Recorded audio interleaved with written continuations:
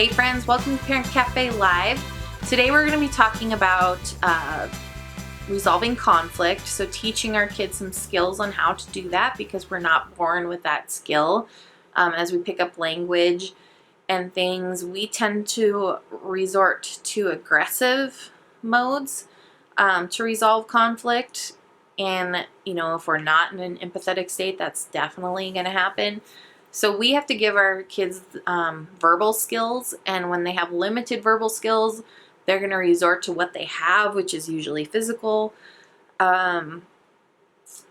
Understanding that, we really have to role model these things in the home, at school, wherever we have kids around us, because they pick up everything. So if you and your the other adults in the home fight, or maybe there's older siblings that could fight together, or maybe conflict between an adult and an older child, the little kids are going to pick up on that. And so you really need to watch that and not try not to do it, in their presence. That goes along with, maybe your sarcasm. So maybe there's a lot of banter that goes along. Well, kids don't always pick up on those nuances, so they'll pick it up and they'll try on that language, but not use it in the correct way. And that comes out really sideways and can upset a lot of people. And it's just not like healthy ways to speak to people unless you have that established kind of relationship. And as adults, like, we can pick up on those nuances.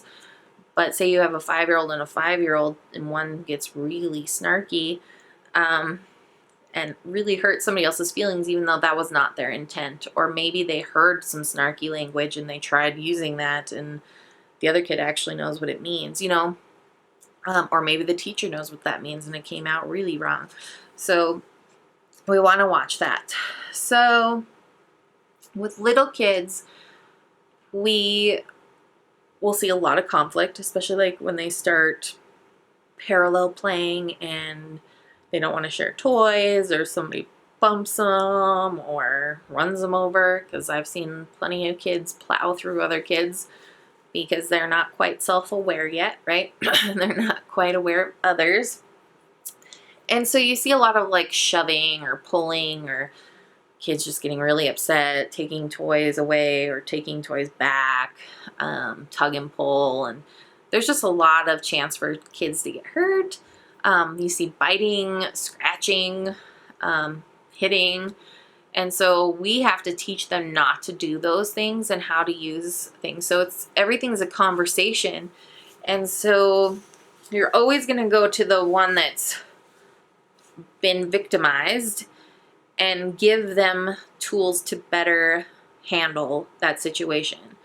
So with little kids, you're going to teach them to like notice each other's facial expressions. And just because a kid might not have verbal things, they tend to understand a lot of what's coming out of our mouth. So we want to use assertive, direct language and get on their level and help them. And so we're going to honor, like, so the victim, I see that your toy got taken away. That made you sad, didn't it? And they're going to say yes. And then you're going to go to the bully, the perpetrator, and say, do you see Emily's face? She is sad. Do you want her to be sad? And he'll say yes or no. Okay, Emily, would it be nice if you got your toy back? And then she'd say yes. And you'd go to the boy or girl that took the toy. Would you be willing to give the toy back? And sometimes they're not willing. And then you have to say, well, we need to, because it's not yours and it's Emily's, and you made her very sad, and it is not nice to do that. And we're teaching them, good behaviors, bad behaviors. And we want them to notice and start to gain some empathy and understanding of what they're doing, because they're very self-centered, so they don't understand that they're hurting other people's feelings. And so that's really a skill we have to develop. And we're going to have to guide that like doll back, or that toy back. They're not going to just be like, here we go. Most of the time they're not going to be. A few kids are just really sensitive and sweet-natured. but it's confusing for them too because they just really wanted to play with that toy. And then we could say, well, Emily, would you maybe share the toy?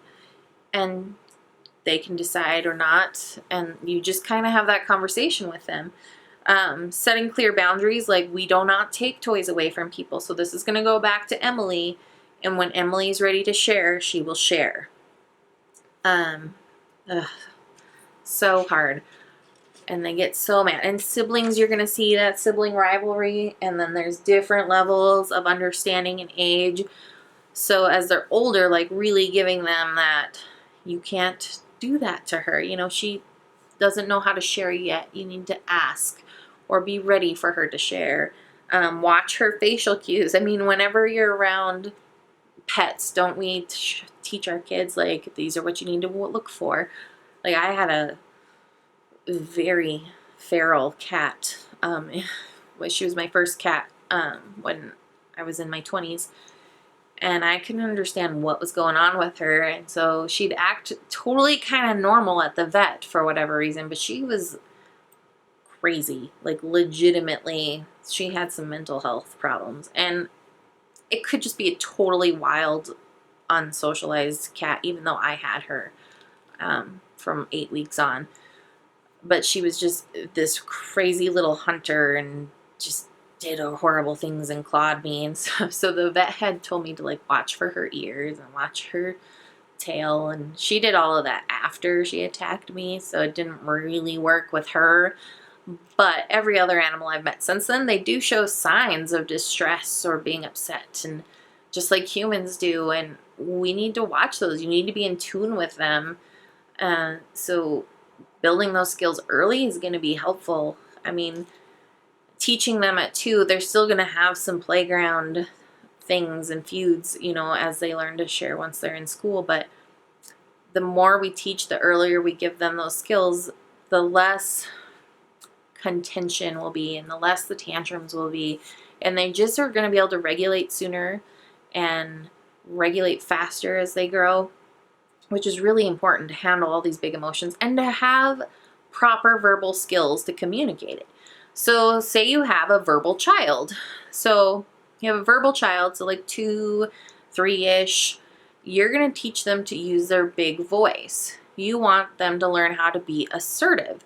You don't want them to be mean. You don't want them to be bossy, but they don't need to be passive and be roll over for other kids either. So again, if you encounter a conflict between 2 kids, you go to the victim again.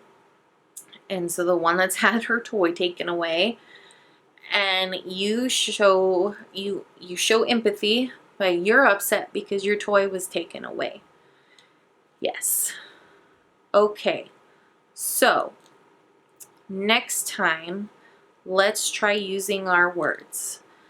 Andy, I want you to stop, because we want them to stop, right? So no, that's not what I want. We're going to go back. Okay, so you have 2 verbal kids that are about 3-ish, and again, the toy gets taken away. And so we are going to go to the one that the toy was taken away from, so the victim, and we want to give her big voice skills. So we're going to stop the conflict, and we're going to say, Emily, you are upset. Your toy got taken away. She's going to say, yes. Okay, Emily, I want to teach you how to use your big voice. So I want you to say to Ben, Ben, don't take my toy. Because she doesn't want him to take the toy, right? And then if she's willing to do that, then you say, Ben, will you listen to Emily next time? Yeah. Okay, so we've used that conflict. We've given her some words to use. Using your big voice is really hard, if you're a shy, introverted child. So giving these skills early on is so important. And it's really important for those kids that are really extroverted and bossy and strong-willed, because they need to learn they can't always have their way. Like, they need to learn how to share too. So giving them the skills, and each situation is going to be so different. Not the two children are not the same. You're never going to have the same fight, or you are, but they're in different moods, or it's with a different child. Like, you're just always going to give them the words, and then asking the other person if, will you comply next time? Because they'll be like, oh, yeah, I guess I should. Like, they're going to get used to hearing a language, and we want to teach those children how to be assertive and not aggressive, because it's really easy to be aggressive to get your way or show somebody you're angry. And we don't want those skills. So we ask, can you do that next time instead of hitting Emily? She would say yes. Be like, okay, friends, we're not going to hit, and we're not going to take toys away from each other, are we? And they would both be in agreement. And then you let them go on their way. And they might be back at it in a few minutes, and you would reaffirm that. But if they're really upset and somebody's throwing a tantrum, you would integrate like your safe space, active calming, things like that, whatever you needed to do. And again, all these things are just extra tools for you. But I think it's really important to give our kids some sort of language. So you can do some role play kind of stuff, again, with our bigger kids, because you can get them to do all of the steps. So depending on where developmentally those little kids are, you might only get through like breathing, and you're giving them language that's within their limit. But, you know, my 5-year-old has a pretty expansive vocabulary at this point. So if he was fighting, I could say, okay, we're going to use a time machine and go back in time and try this over again. Okay, so what would be our first step instead of fighting and hitting? Because my son knows that if he gets upset, he should have taken a timeout breathing. And so taking his 4 deep breaths is what we do at home. So they would have taken their 4 deep breaths, and then they can use the words, I don't like it when you steal my pencil box. Okay. Next time,